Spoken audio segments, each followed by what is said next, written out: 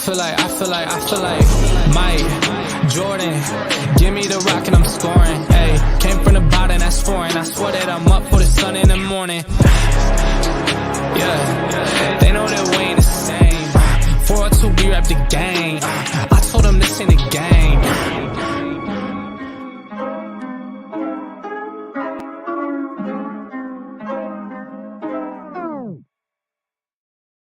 Yo, what's up, everybody? Welcome to Big League Chicago. Hey, what's going on? We're back here on the Star Six Media Facebook, YouTube, Twitter page, and also Twitch. Guys, make sure you follow all the Star Six Media productions. Every podcast that's under it, Bit 3 Up, 3 Down, Big League Chicago like us, JC Sports Podcast, and everything else to go along with it. I am Eric Avila. I'm running this show solo dolo, but it's okay. Hopefully everybody pops up. I have the comments on here, or I'm sorry, not the comments. I have the link right here for you guys to join us on today's show, which basically it's going to be a reaction Monday. Yesterday's Bears lost. It was hard for me to say, but I should get used to saying it, right? Because the Bears lost 12 games in a row already.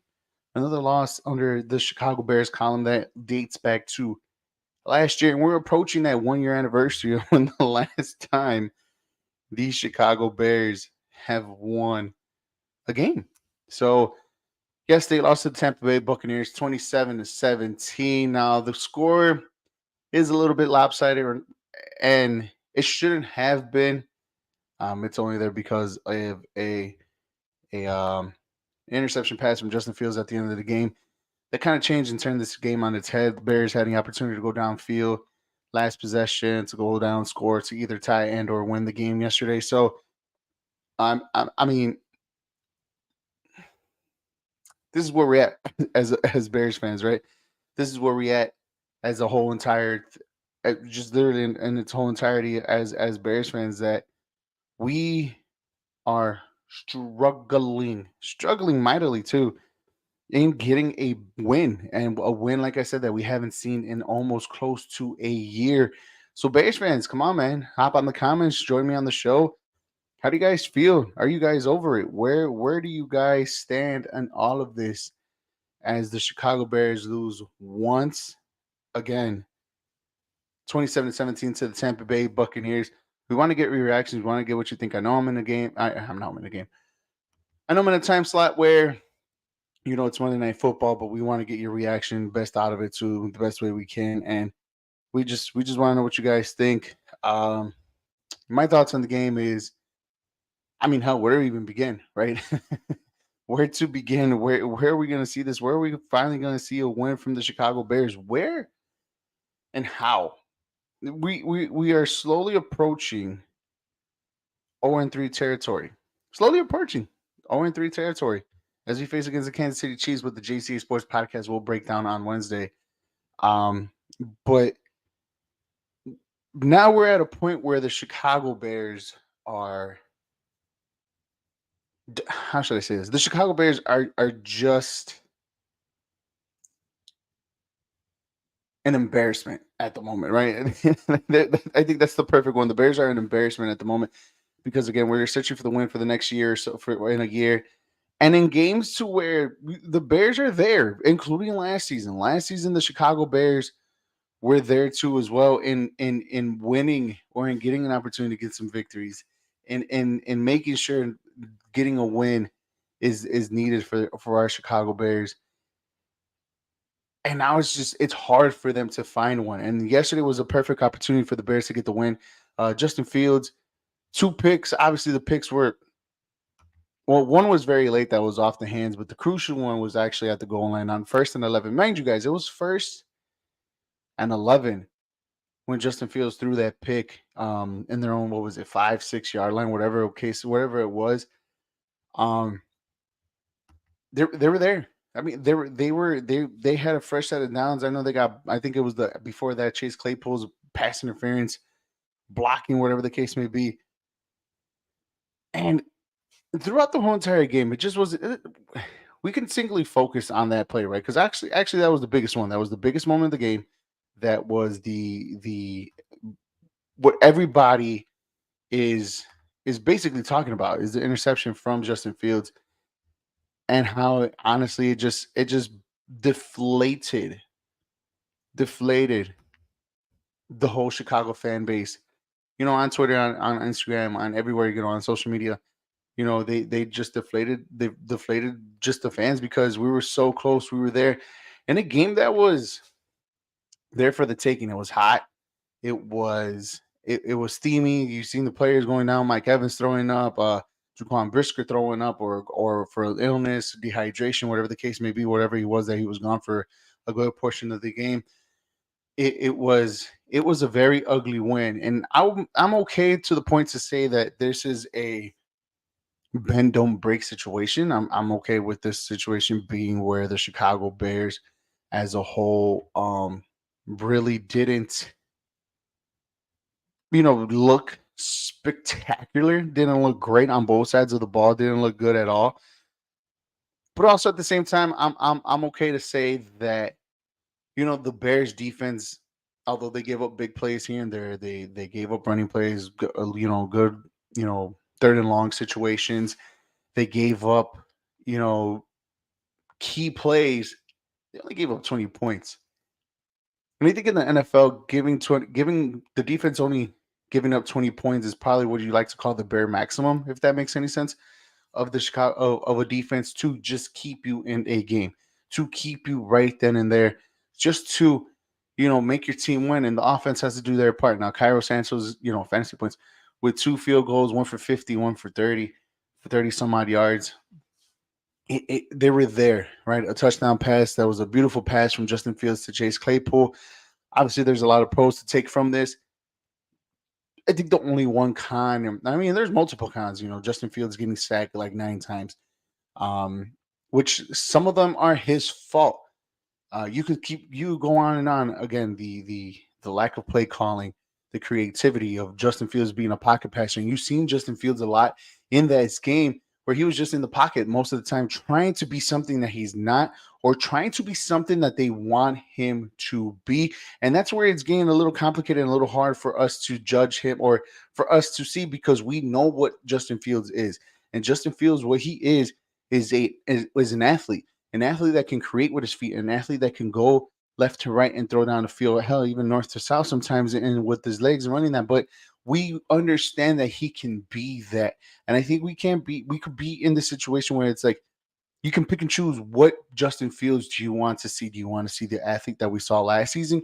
Or do you want to see something that we've been asking and saying throughout the whole entire offseason, now that we got DJ Moore, of being a passing quarterback? Now I get it. You want to throw left, you want to throw right, you want to do this, you want to do that, and you want him to build confidence in that pocket. When the offensive line did a okay job, minus 2 or 3 sacks, they did a decent job to protecting him. They did a decent job in keeping him upright. It's just that ball has to come out a lot quicker, and there could be blame going around everywhere. Luke Getzing is offensive play calling. Okay, great. Justin Fields holding the ball for this amount of time. Okay, great. The offensive line not protect him as much. Okay, great. The running game was still solid and still strong, even though I didn't really see that like that. But still, at the same time, there's a lot of blame to go around. But let's be completely honest. As crap as that Bears game was called, the offensive play caller was there, or whatever you want to call it, as crappy as Justin Fields and that offense played, as crappy as all that was, and all these sacks that they gave up, guess what? Justin Fields and the Chicago Bears still had an opportunity at the end of the game to win, to tie and or win the game on the last minute drive. That's the big thing. And Justin Fields throwing probably what was the 27,000 screen pass in this game. And I know I'm over exaggerating on the number, but it is also a common thing of Justin Fields where he holds on to the ball too long. The defense read it like a dime, or read it like a book. He read it like it's a Dr. Seuss book or whatnot. He read that so cleanly that he even got in for the touchdown. All of that, everything that was just building up and how crappy it is, we have to put it in his hands. Like, majority of this blame has to be on Justin Fields. And I know a lot of fans don't want to hear it. I know a lot of fans want to nitpick this and this and this and this and that before they go on to Justin Fields. But guys, it was his time to shine. It was his time to put the Bears fans at least quiet for a week. We haven't seen a win since October of last year. We haven't seen a good offensive performance since of last year, even though we got blown out by the Cowboys and that 5, 6, 7 week stretch where the Chicago Bears offense was great or looked great but didn't come up with wins because the talent wasn't there. We've seen Justin Fields shine. Hell, even the touchdown pass to Chase Claypool, which was another talking topic leading up to this week about his effort, right? Yes, it was also his fault that the Bears were at 1st and 11 because of his offensive pass interference for blocking too early on a run play. Okay, great, whatever. With all that being said, the opportunity was still there for Justin Fields, and it's all on Justin. I'm sorry, Bears fans, and everybody who's watching and listening to me right now. Leave your comment right here on the section, guys. Tell me what you guys think. It has to be majority on Justin Fields, and I know I know I'm repeating myself about the play calling, but the play calling still got us to where we got us. The play calling still got us, 17-20 with 2 some odd minutes left. Justin didn't play a good game. He had 2 picks in the last 2 minutes of the game, which the last one it was off of I think it was Claypool's hands, and it got tipped in the air and this and that, and it got an interception. Okay, great. On the stat, it's going to be another 1 touchdown, 2 interception performance. But in a situation where we desperately, and I mean desperately, need a win, Justin Fields, he's the quarterback in this team. He's the quarterback of the Chicago Bears, where the pressure's already a lot. The pressure's been mounting for the last year and a half. We ended the season on a 11-game losing or 10-game losing streak. We're starting the season on a 2-game losing streak, becoming 12 games in total from this year and last year. Like it's getting really sad to the point where it's just kind of like now we're facing the Kansas City Chiefs. We're looking at 0-3, and then they come back here to Chicago to play against the Broncos, who is also 0-2 and has looked somewhat better. Looks like whatever Sean Payton is cooking there, it's getting to the team. But now we're on the verge of probably being 0-4, 0-5, and 0-6, 0-7. We might go over a year and not getting a win. We're at 11 months and 17 days since the Bears last won. Or I'm sorry, 7 days since the Bears last won a game. So let me know what you guys think here on Big League Chicago under the Star 6 Media Productions on Facebook, YouTube, Twitter, Twitch, Instagram. Guys, make sure you follow us on all our social media platforms. Like I said, the same platforms too: Facebook, YouTube, Twitter, Twitch, Instagram, and also we are on TikTok. Videos uploadings will be coming soon. Guys, make sure you follow us, like, and share all of our episodes, not just only Big League Chicago, but also the JCA Sports Podcast, 3 Up, 3 Down. The hockey show that should be coming, the Slap Shot. I forgot. You know what, Jack? I'm sorry. But the hockey show will be coming right around the corner too as well. So make sure you guys follow us. Guys, tell us what you think. Is this loss on Justin Fields? Let me know what you guys think on the comment section. Let me know if you guys want to hop on. The link is on here for you guys to join. I'm here for the next 45 minutes to talk about nothing but the Bears. I want to know what your reaction is. I want to know how you guys feel. Are you guys, already desperate for a win? Are you guys just desperate for something good just outside for the win? Let me know what you guys think on the comment section. And that leads up to my next question. Do you guys still trust in Justin Fields? And I say this because last week on the JC Sports Podcast when I was with CP, I hate saying this, right? Because I really do like the kid. I really do like Justin Fields. I do see potential in him. There is something there for the kid, right? And we could go down the list on Bears quarterbacks that haven't succeeded because of this and this and this and that, XYZ, ABC. But this kid has potential, whether it's not clicking, whether if it's whatever they're implementing in his ear, whatever the case may be. Do you still trust him? Justin Fields, along with the Chicago Bears, are also in the 12-game losing streak. Now, I know there was a game or two that in there last season that he didn't play because he was hurt. I think it was the Jets game with Peterman and Trevor Simeon were playing in that game. He was out. I can't remember the other game that he was out too as well, but he's still part of that team where he's lost 12 straight with the Chicago Bears. He's still a Chicago Bear at the end of the day. But do you guys still trust him? You know, we've seen strides of Justin Fields looking great. We've seen moments in Justin Fields looking amazing and looking like he could be the quarterback. But then also we've also seen the Justin Fields that we saw yesterday that one is holding the ball too long. It's two, not really processing what type of defense it is. Three, you could tell even on the TV side that there's players that are wide open, 5, 6, 7 yards downfield, and he doesn't get them. There's moments in Justin Fields where he's either scared or he can't do it. It's one of the two. And if he's scared, then you know what? That goes back to when he got drafted with Matt Nagy, where the Cleveland Browns literally traumatized him for life in the NFL, his first NFL game, and Matt Nagy had set him up for failure. And that's one. That's the second thing is him going from typical Chicago Bears, put it this way, typical Chicago Bears going from rookie year with one head coach, second year with another head coach. And yes, he has another head coach, in between, but what has happened between coach one and coach two is completely different. And from an offensive guy to a defensive guy to a guy that has no type of whatever head coaching experience, offensive experience, play calling experience, to another guy who comes over here and has Aaron Rodgers in his back pocket or in his front pocket, depending what pocket you want to pick out Aaron Rodgers from, and Luke Getsy as a quarterback coach in that position to a guy who quintessentially is his rookie year in your first year being an offensive coordinator, and nothing is really clicking. You can't find a way. You realize you don't have Aaron Rodgers, so you kind of have to teach the kid the way of how to become an NFL quarterback, and yet you're failing him in a way to where Justin Fields is now the product of what he is right now because of the inconsistency that the Chicago Bears have developed him. Right?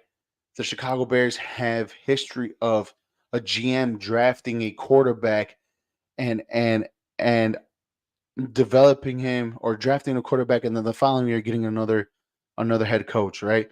I mean, Jay Cutler went through offensive coordinators left, right, and center before Trestman even came in, and even then granted, it was a decent season, okay, fine, whatever, but even then it wasn't all that great. They weren't married to him. Like, we have had GMs keep a quarterback from the previous regime because of X, Y, and Z, because of the contract, or because he was drafted, or whatever it is. Mitch with John Fox to Matt Nagy.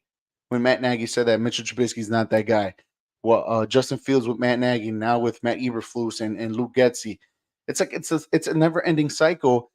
And then the GM from Phil Emery to Ryan Pace to Ryan Poles, and yet the guys get their quarterback, but then don't last a year or two because of performance, because of losing records, because of this and because of that, because he can't play, because of many different reasons.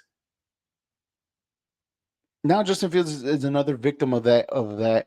And we're seeing him being this quarterback where he can't process everything the right way, or he can't process what's on the field because of this reason. And now we're in a situation to where, like, I'm asking this question 2 games into the new season. Do you trust Justin Fields as your quarterback? And I get it. He's young. And you could give me every reason in the world. And I feel like there's a list amount of excuses for Justin Fields because of he's a better athlete. Well, yeah, we know that. But can he play quarterback? Well, now they're trying to make him become a pocket passer instead of slowly integrating that. They're like literally pushing him into this, and it's it's funny. And it's funny because, like, we're taking what Justin Fields is great and what made the Bears successful last season, or what made the Bears look kind of dangerous on the offensive side, even though they didn't come up with wins. we kind of saw the Chicago Bears being that team that can produce because the quarterback was ready to play, or the quarterback looked like he fit the part. And I think that's the one right there. The quarterback last season looked like he fit the part. And yes, he may have the rushing record for the Chicago Bears as a quarterback. And yes, he was a few hundred yards shy of the NFL record of the rushing yard. That's all fine and great. But now we're looking at Justin Fields in a whole different picture, and I think we're impatient because we see the potential in the kid, but the kid is not producing. But also they're taking away what he's really good at, and now we're screaming, "Hey, he did this and this and that." Where this question really has to come into context: that do you even trust him as a quarterback? Because we can see him in the pocket and he's holding the ball for 6, 7, 8.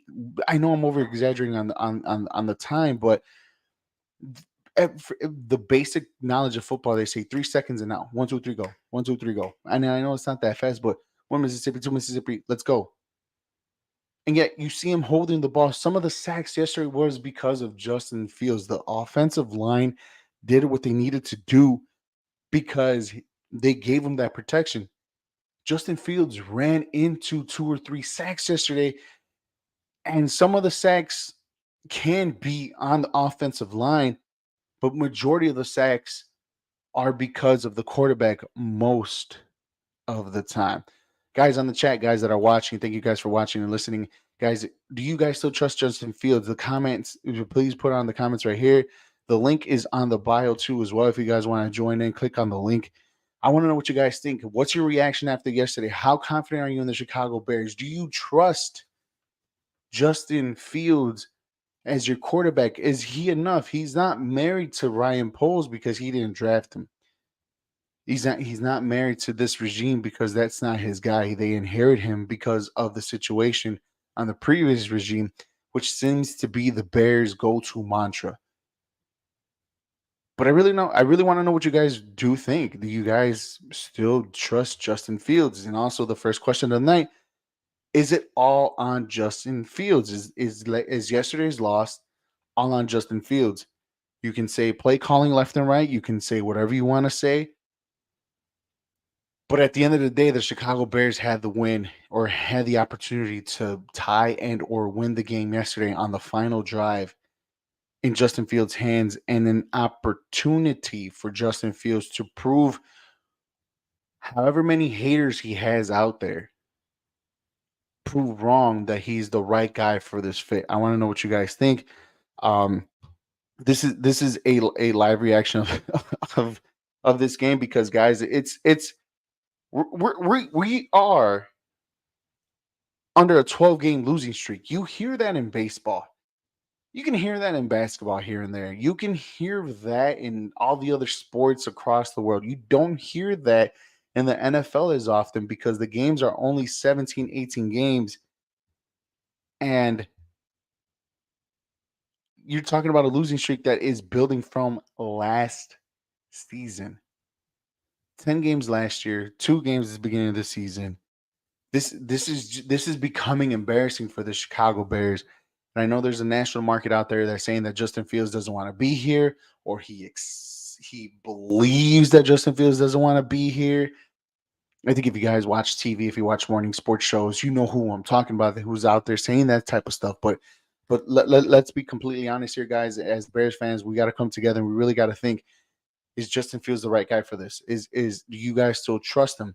And if you guys still do, or if you guys don't, right? The next question that I have on here, what will Justin Fields have to do for him to regain your confidence or your trust in Justin Fields? Now, Justin Fields here, right? We know what Justin Fields is. Am I right? Am I correct, guys? Chat. Am I correct? We know what Justin Fields is. He's an athlete, right? Do we know that he's a quarterback? TBD, to be determined. Yesterday, they tried to make him into a pocket passer. Is he really a pocket passer? I don't know. We don't know. It's yet to be found out. No, it's yet to be discovered if he really is, right? They brought him the weapons. They gave him the weapon, actually, a wide receiver one in DJ Moore, who had a decent game yesterday. I think he eclipsed over 100 yards yesterday. excuse me, he eclipsed over 100 yards yesterday. He was the leading receiver for the Chicago Bears. He had 6 receptions for 104 yards. He missed out on a couple touchdown runs that he had throughout the game, right? Khalil Herbert leading their team in rushing on 35s. The Bears' running game was the pinnacle of the offense last year. Had to do a lot with Justin, had to do a lot with David Montgomery, had to do a lot of, a lot of Khalil Herbert before he got hurt, and so on and so forth. But again, it's what made the offense click last season, and we kind of wanted to see that, right? This year, it looks like they're going away with it. This year, it looks like it's something completely different because they want Justin Fields to be on here. And we got right here, Carbs. What's going on, buddy? He said, hey, buddy, class of final, St. Rita High School, October 1st. Sorry, I'm promoting. You guys are in it, right? Like, you guys are in the Mayor final, right? Not the elite, but the Mayor final for class. I think I've seen that. I think I saw that you guys are running there. But yeah, if you guys are, congratulations. October 1st. And what am I doing October 1st? I feel like I'm doing something.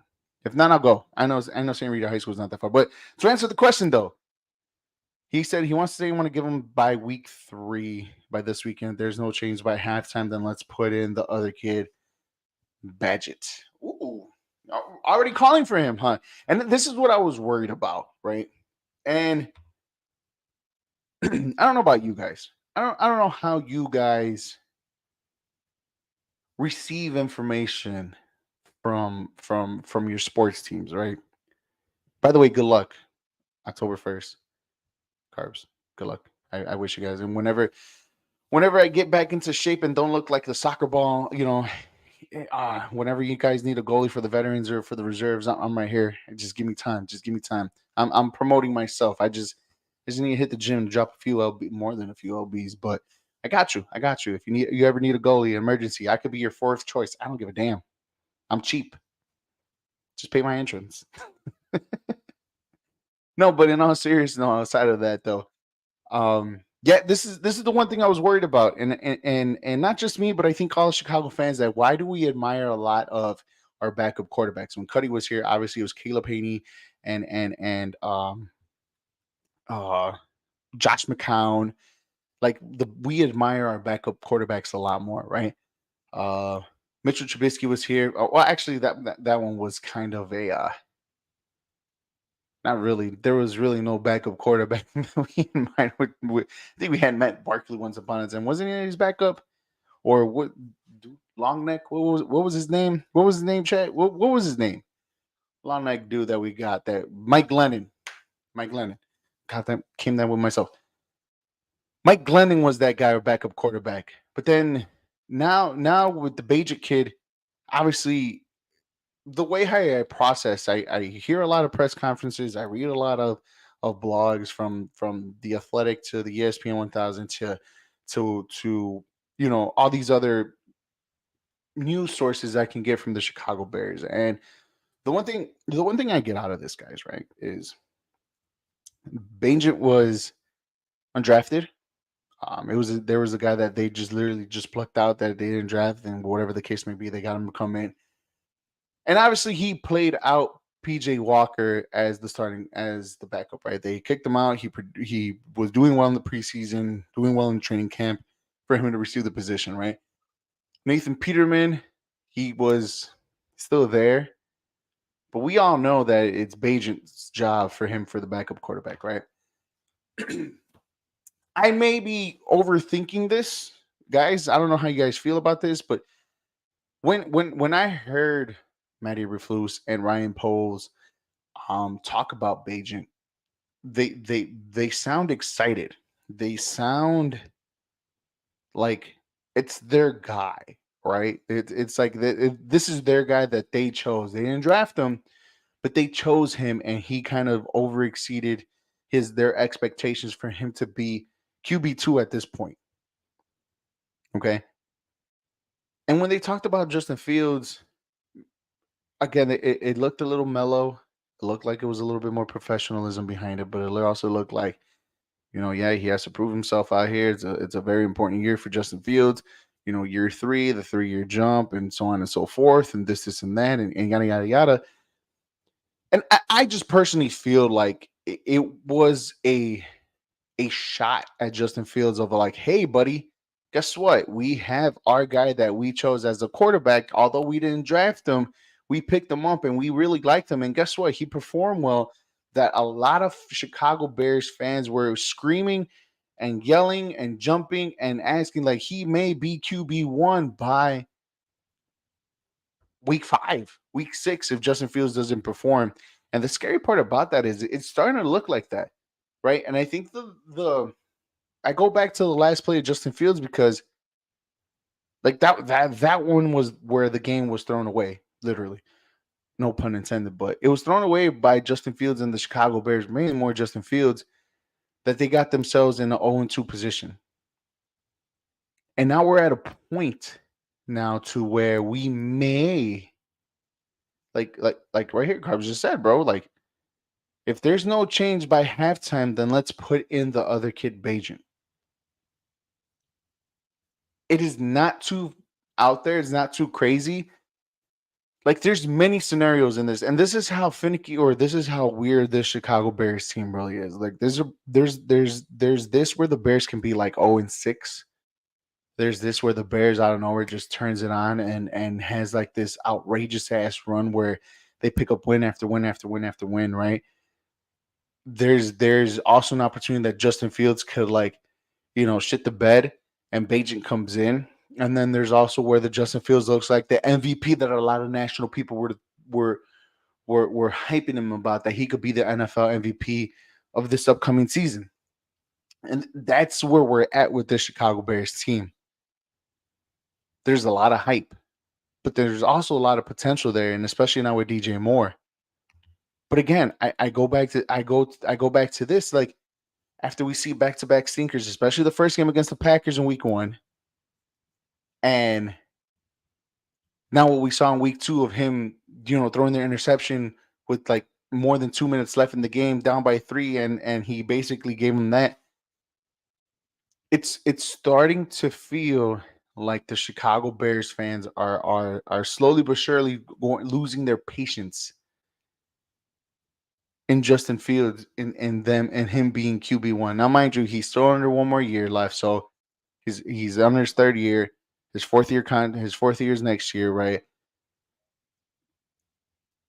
Mind you, I know this is too early to talk about this, guys.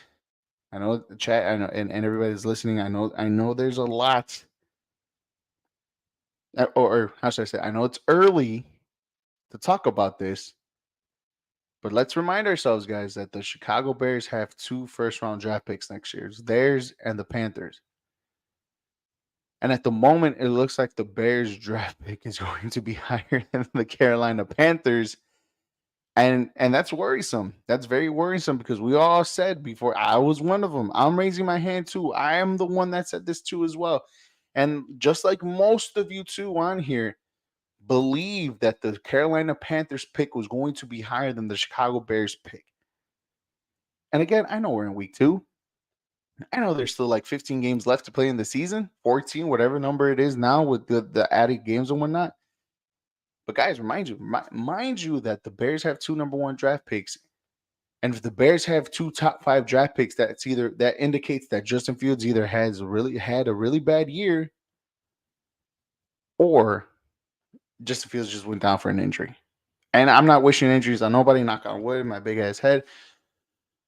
But it's something to think about, guys. It's something to think about, to where, again, Ryan Poles is going to have an opportunity to draft Caleb Williams or one of these top quarterbacks coming out of this year. It's a possibility. But again, like I mentioned earlier, that it's going to be that cycle once again, unless if he brings a whole new head coach and he fires Matt Eberflus, that it's going to be that where we're going to have another quarterback with the same coach that's this year. And then the year after that, they might fire Matt Eberflus, and then we get a whole nother head coach, and that quarterback again has a second coach in his 2nd year. We're trying to avoid that. I think what we really want is for Justin Fields to pan out. I think you and I and everybody else who's truly Bears fans want to have Justin Fields to pan out and be that guy.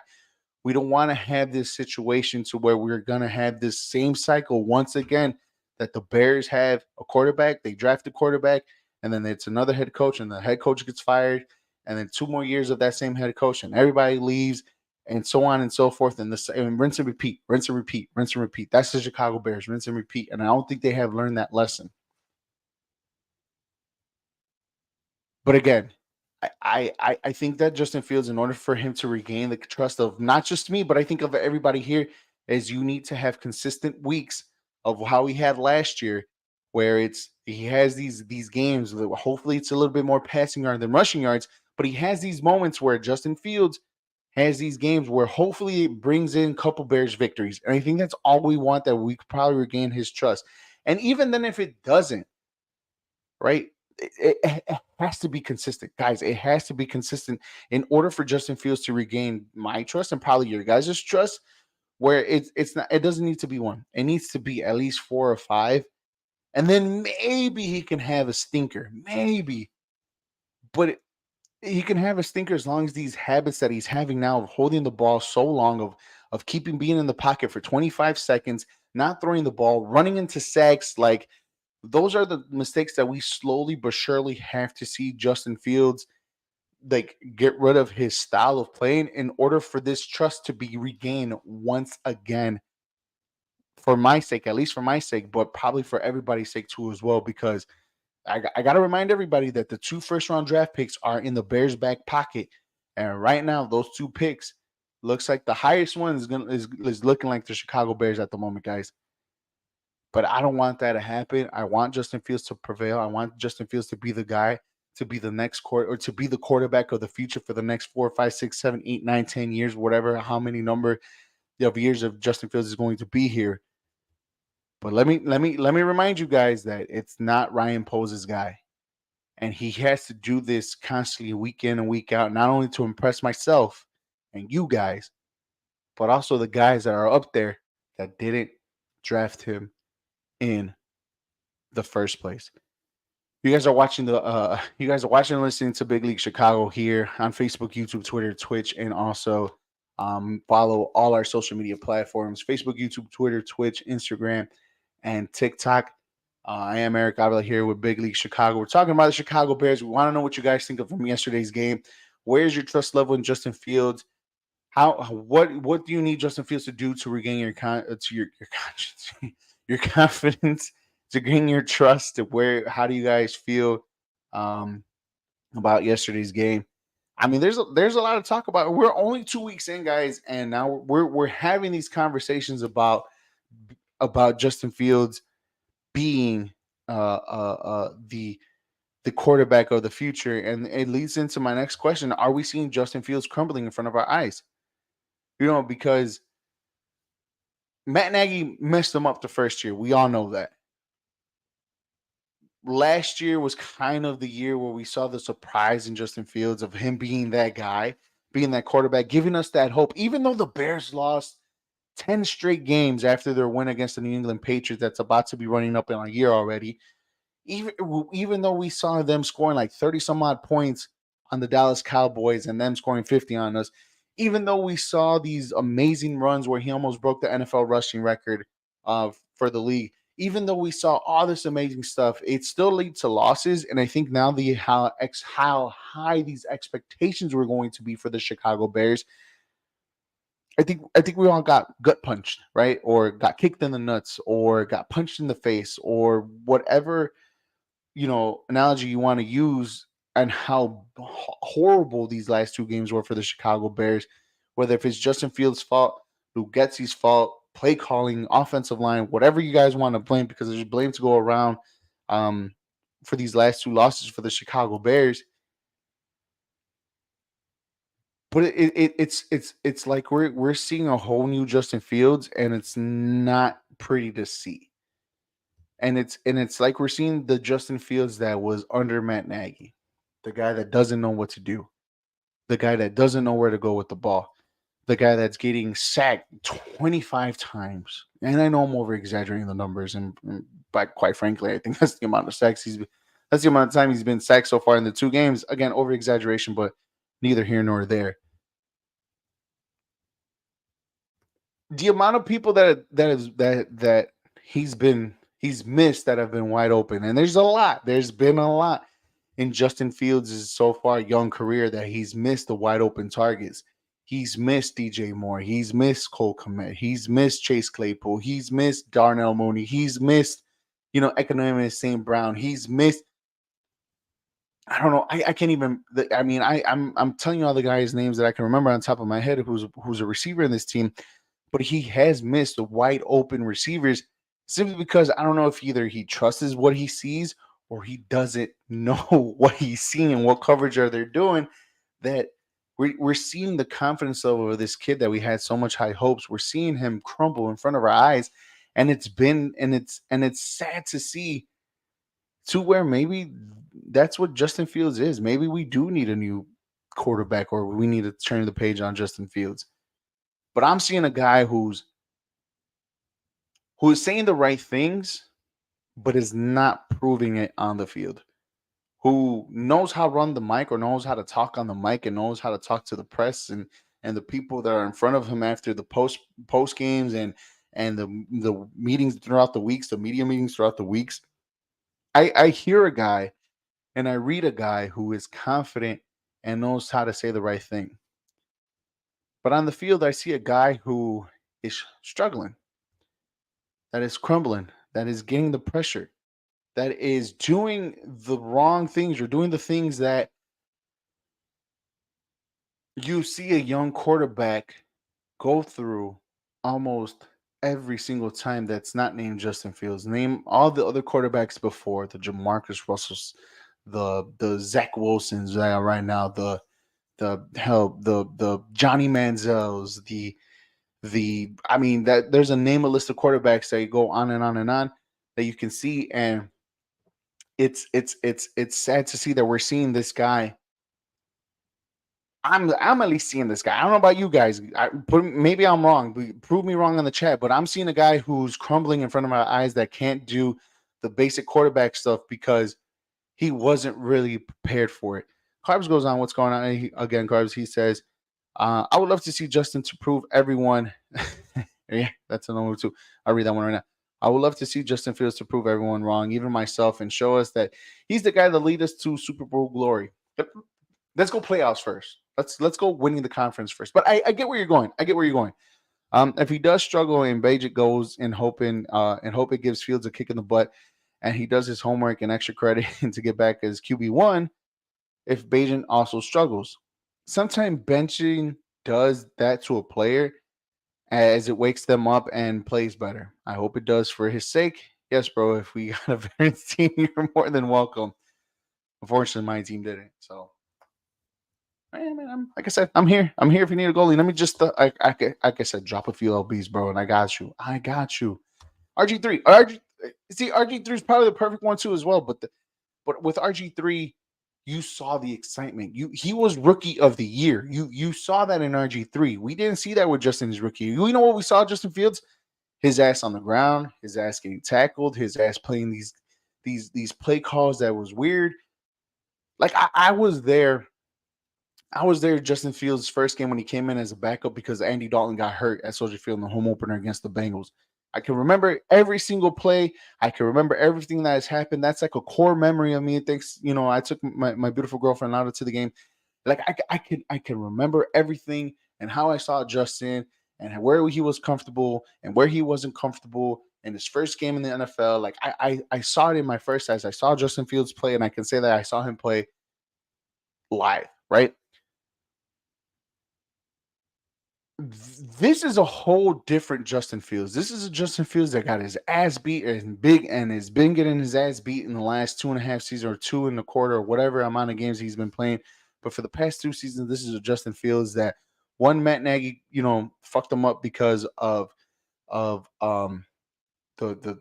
game that he almost died against the Browns, the benching of back and forth with Andy Dalton, the inconsistency of the play calling of the offense of Matt Nagy's boring or whatever, not even inventful offense. The Justin Fields that struggled with this new offensive play calling with Luke Getsy.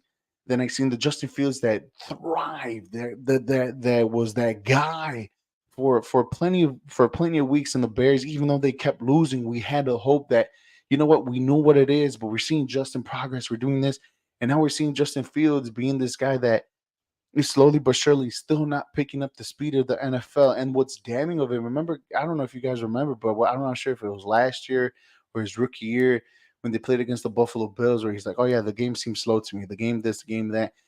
And I haven't seen that confident guy in the Bears uniform since then. And now we're in a point to where Justin Fields may or may not be that guy anymore. And I know, again, I know this is early. I know this is week 3 or week 2, or we're heading to week 3 of the NFL season.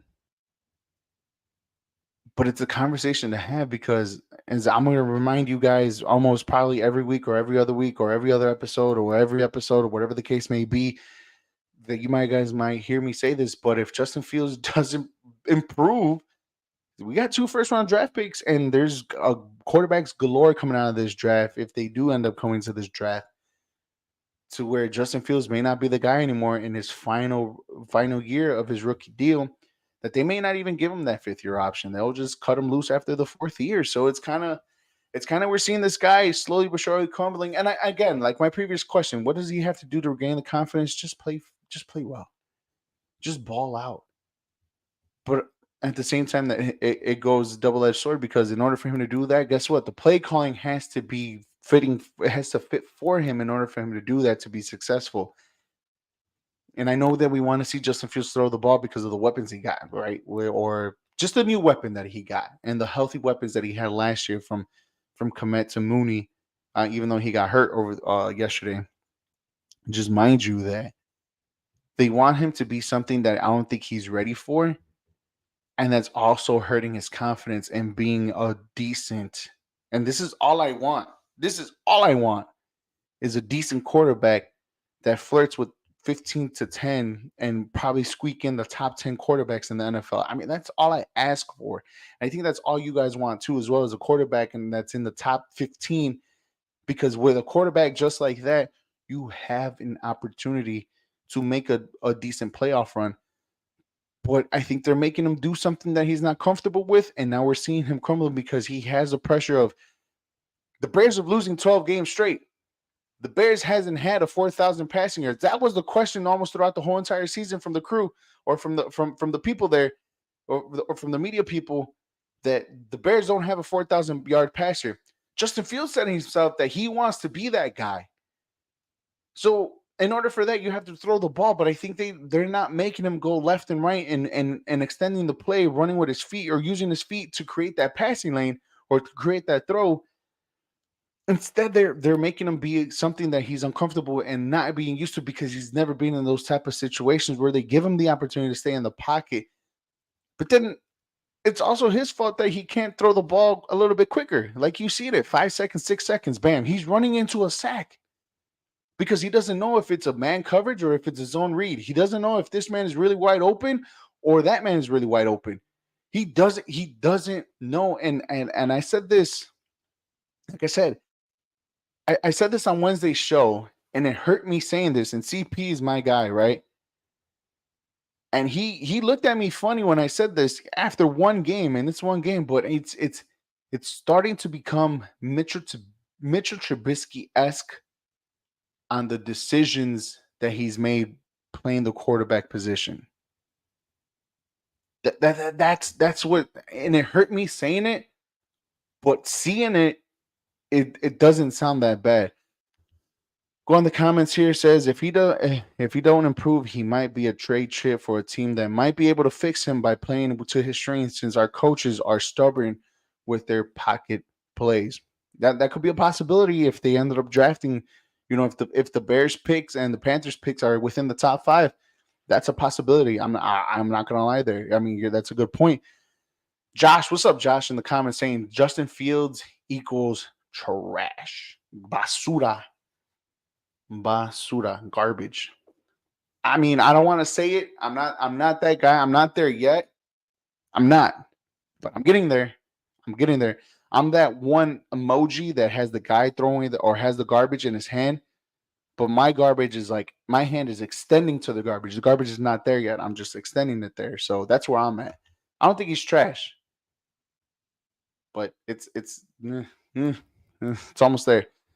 But he says maybe 3 first round picks or 2 first end picks and another second round pick to add to what we can have next year. Now that's just playing Madden, right? That's just playing Madden. Yes, you're getting a young quarterback. I think Justin Fields next year will be like 25 years old, if I'm not mistaken. I may be wrong. I'm always wrong with ages, but I'm always on a guesstimation when it comes to ages, right? But I don't think it's going to be a first round pick if he's keep playing like ass. I don't think it's going to be that much valuable draft picks. I think if you get a second round pick, I think that's an amazing pick. I think that's an amazing pickup for Justin Fields because one, he's young. Two, he has 2 years of eligibility for sure. One for sure. Two, if you pick up the option, so you have that. But to get a first round pick for Justin Fields, if he plays like ass, I don't think so. I'd be surprised if it would be a second round pick. Definitely a third round pick for sure. You might get something out of it. Again, you're getting a year for sure, 2 years if you pick up that option. So maybe the value could be a little higher there, but he just needs to improve. But we can't think about Justin Fields being a trade chip. We need to think about Justin Fields of being that guy and taking to the next step, like you mentioned earlier, Super Bowl run, right? Carbs, I think that's fine. I want to say division winner. Hell, give me a division winner. Give me a division win. Give me a decent. Give me a playoff game for my birthday. Fuck, that's all I ask. Give me a birthday weekend where I sit back and watch the Chicago Bears on my fucking birthday. That's all I ask for. That's literally what? Now with the NFL extending the schedule, that's like what? The wild card weekend now? Right? Like give me that. That's all I ask for. That's all I want. That's all I want. Like I don't think I'm asking for too much of a Bears playoff push or a Bears playoff appearance on my birthday. That's all I want. That's all this guy wants. But we'll see. And the thinking emoji is his. I think you and everybody else, that confused look, the mind blown of how we've gotten here. It's crazy. It's crazy. I mean, this is what happens when your team loses 12 games in a row. This is when your team starts 0-2. This is when your team is playing like trash. It's playing like Josh says, playing like trash. For the first 2 weeks of the season, that it has been a carryover from last season and how you ended the season too as well. It's a lot of things building up. It's your quarterback not looking good. It's them using DJ Moore last week just twice after you traded for him and got whatever you got from him, right? It is a plethora of things for the Chicago Bears on what are they this season or what they've so far been these first 2 games of the season. We're talking about this like if the Bears are having a 4-game losing streak in the middle of the season. No, the Bears are on a 12-game losing streak from last season, bringing it into this season. He said, give me a win against your division. We haven't won a division game since Matt Nagy's Thanksgiving game against Detroit in Detroit. That's the last division win. We have lost 7 games, maybe even 8 to our division, right? Last year we got swept. You know what, Carbs? I'll argue with this one with you, and I don't think the secondary needs that much of a fix. I think what needs to be fixed more is the defensive line. Like, how many times did the defensive line or the defensive lineman got to Baker Mayfield and not bring him down? How many times last week did we get to Jordan Love? Probably not once. And it's like it's the lack of finishing and it's the lack of not bringing them down where the defense, like sometimes the secondary looks as good as your defensive line. But for you to be covered for 5, 6, 7 seconds. Now, if you're a Chicago Bears quarterback and wide receivers being covered for 5, 6, 7 seconds, even though it's an eternity for the secondary, it's probably also a good thing that you're kind of playing into their strengths too as well, because the quarterback will run into the sack. But Eddie Jackson. But again, his foot, he got hurt, whatever. But again, I will argue this with you and probably anybody else that the Bears defensive line is the one that needs the help the most. They can't get to a quarterback. They can't. And when Matt Eberflus took over the play calling this past weekend, they got to the quarterback, but they didn't finish. How many times have we seen Baker Mayfield be elusive? Elusive and Baker, we haven't seen that since Oklahoma, since he was the quarterback in Oklahoma of Baker Mayfield being elusive. Hell, he was doing Patrick Mahomes throws, falling down to the side and completing it to people. Like we were seeing Baker Mayfield being Patrick Mahomes. We saw Jordan Love being Aaron Rodgers last week. We need as much help on the defensive line than we do on the secondary. And I get what you're saying. I get what you're saying, Cars. Like, the rookie Stevenson on Mike Evans. It's a rookie against a 12-year veteran in Mike Evans. Mismatch all day. Right? Kyle Gordon being hurt. Eddie Jackson getting hurt. What's his name? Johnson. Johnson. Doing his whatever he needed to do. Like it is hard to be a safety and a cornerback of the Chicago Bears when the defensive line doesn't put any pressure on the opposing quarterback, and you still have to run around because he's still standing tall or running left or running right or moving this or moving that. And you still have to cover for another couple seconds. He's like, true on that, very true. We need some Warren Sapp type of defensive lineman. Hell, give me Warren Sapp, give me Reggie White, give me Khalil Mack in his first year with the Chicago Bears, give me Aaron Donald, give me anybody. I don't care who it is, but just give me somebody that is hungry to get a quarterback, to get a sack, and to move and to get this defense and give the Bears some prime, field positioning, which we don't even know if they could take advantage of, right? They got a block field goal yesterday, and the Bears didn't do anything with it. So again, it goes all around on what the Bears really need to get fixed, and I could go on and on and on. I'm already hitting an hour, and all we talked about is the Chicago Bears. Myself, I hope the guys are doing good. I know the guys, hopefully they chimed in, but literally. This is where we're at with the Chicago Bears, ladies and gentlemen, boys and girls. This is where we're at with the Chicago Bears, where we have question marks about a quarterback, where we have the same question marks about the offensive defensive coordinator. We have the same question marks that we have about the defensive line. We have the same exact questions we've been having for the last season and a half, and we still haven't gotten any answers. We still haven't fully know what the Chicago Bears are really going to be. Just like we don't know about what Justin Fields is going to be, who's still going to be here, is even Justin Fields going to be here. Guys, we're only in week 2 of this new season, and we're having this conversation, ladies and gentlemen. And it sucks. I hate it. It hurts me. I absolutely hate it.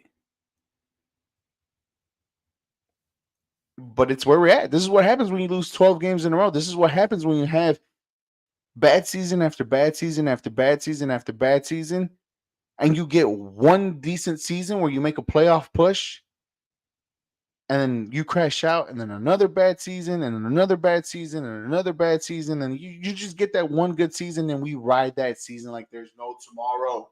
We do. We take advantage of that season because we don't know what playoff football is for a Chicago Bears fan. We don't. We don't, guys. We don't. It's just having high hopes. And now we're in. Big League Chicago here, brought to you by Star 6 Media, guys. Make sure you follow us on all our social media platforms, on Facebook, YouTube, Twitter, Twitch, Instagram, and also on TikTok. Make sure you guys follow us and also watch all our other podcasts under the Star 6 Media Productions, the JCA Sports Podcast, 3 Up, 3 Down, and Slap Shot. Brought to you by Star Six Media, and those are all our podcasts on there. I really want to get to the Cubs real quick, guys, because again, it goes from bad. I mean, if I started off the show with the Chicago Cubs, it goes from bad to worse with the Chicago Bears. But I mean, this goes to really bad to semi bad, and the Cubs are just on a verge of losing. I mean, they lost 4 games in a row. They got swept over the weekend against the Diamondbacks, and now they have lost their lead in the wild card position and making the playoffs. And it's a little worrisome because the pitching is what's really hurting the Chicago Cubs right now. And I really kind of want to talk about them real quick just on today's show because it's Big League Chicago, and we talk all Chicago sports when we can. And obviously, the only two important teams right now at the moment are the Bears and the Cubs because no, the Blackhawks. I mean, they're in the offseason. Bulls are in the offseason. The White Sox, their season has been over since June, right? The Bears are always going to be heavy talked on this show because of the reaction, and we're on Mondays, right? And speaking of the Bears, is that we need Ditka back to be coach. Even he got help Will Ferrell win a youth soccer final. He led us back to glory. Man, I don't know. I don't know what it'll take, man. To be honest with you, I don't know what it'll take. I honestly, I promise you, that could probably be the answer, Carbs. You probably hit it on the head right there. But I promise you, I don't know what's gonna fix the Chicago Bears, bro. I'm not gonna lie. But anyways, back to the Cubs real quick.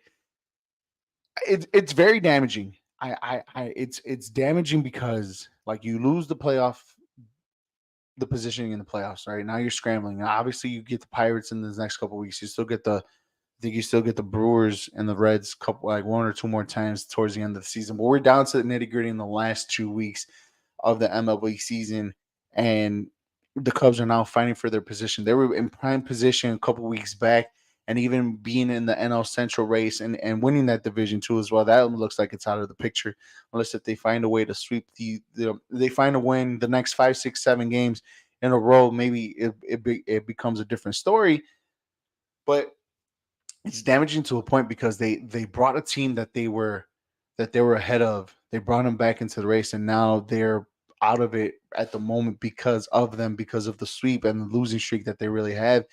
And my question to you, I mean, it's damaging. It's very damaging that the sweep and the 4 game losing streak that they're on. But this is what it is, and we have to applaud the Chicago Cubs and the pitching staff and David Ross too as well at this point that with the lack of pitching that they got from Marcus Stroman being hurt, there's no really true 2, 3, 4. There's no really 3, 4, 5 pitcher in this team.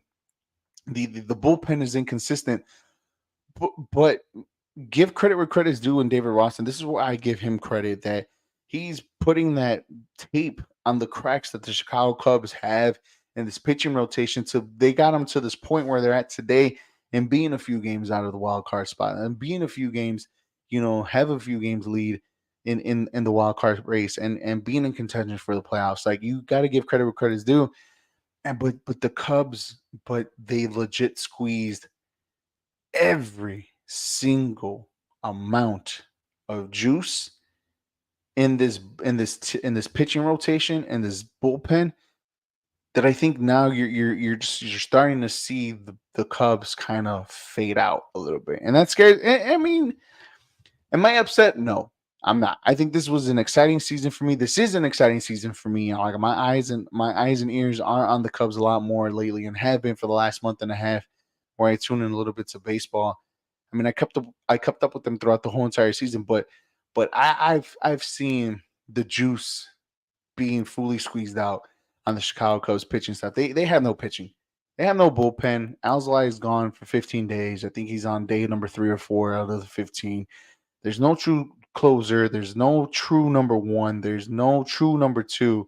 And hell, there's not even a 3, 4, 5. Javier Assad has been great since he's been coming up. Justin Steele was an all-star and has been doing great and is doing really good. Wicks came up. I mean, he got rocked yesterday. He's doing the best he can. I mean, we had pitching rotation problems. Marcus Stroman, we don't know if he's gonna come back or even if he's coming back. It. I'm just hopeful that the Cubs know what they need to do this next offseason. You re-sign Cody Bellinger. You find a top 2 pitching rotation guy, whatever the top market starting pitcher is that's not Shohei Ohtani. You find them, you get them on your squad, you get a top of the rotation, starter. You get some decent bullpen arms in between there too as well. Like I said, you resign Cody Bellinger. You do what you need to do. You have the money to do it. You know what you need for this team to be successful and this team to be great. And if you make the playoffs with this squad, it is going to be more impressive than what the team is going to be next year if you do have a starting pitching, if you do have the starting pitching, and if you do have the bullpen. Because this year, I'm not saying it's going to be NLCS because what the year I'm about to say in 2015. I'm not saying it's going to be like that, but it's exciting to watch the team because that 2015 team was excited to watch because of the expectations were very, very low and they over exceeded it. That's where I'm at with this team. The expectations was very low with this team, and I think they overachieved and over exceeded this to where they're at right now today.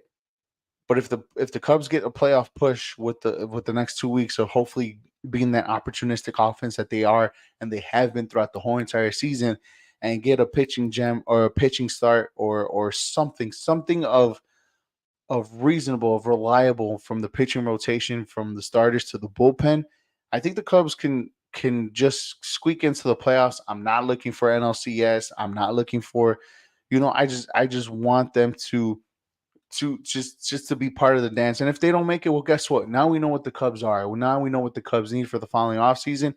And Jed Hoyer has his work cut out for him. Is it damaging? Does it hurt that they're out of the playoff race right now? Yes. Does it suck that they're on a 4 or 5 game losing streak? Yes, 100%. But that doesn't excuse or that doesn't cancel out what they have done throughout the whole entire season this past season or this season so far. It's been fun to watch. It's been fun to hear. It's been fun. It's been great. It'll be great if they make the playoffs, but sometimes it's not always a happy ending. It really isn't. I'm gonna lead off the show with this. This is how I'm gonna end the show here at Big League Chicago. First episode of Big League Chicago so far this season. Hopefully next week we get the whole gang back in here. Tune in Wednesday for the JCA Sports Podcast. Time is TBD.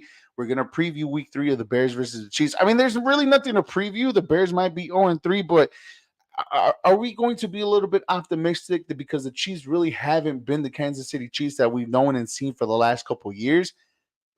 Or are the Bears going to be 0-3?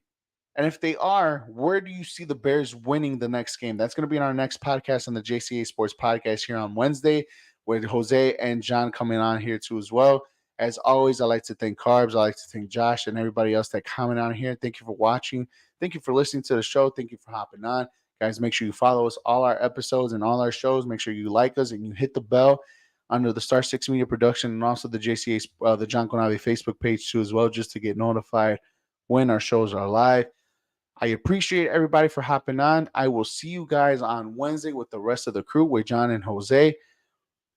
Hopefully I entertain you guys for an hour. There was a lot to talk about. There is going to be a lot to talk about if nothing really changes with the next couple of weeks for the Chicago Bears, and this conversation is going to continue. So we will see you guys on Wednesday to preview the Chiefs, and we will give you our best bets for the weekend.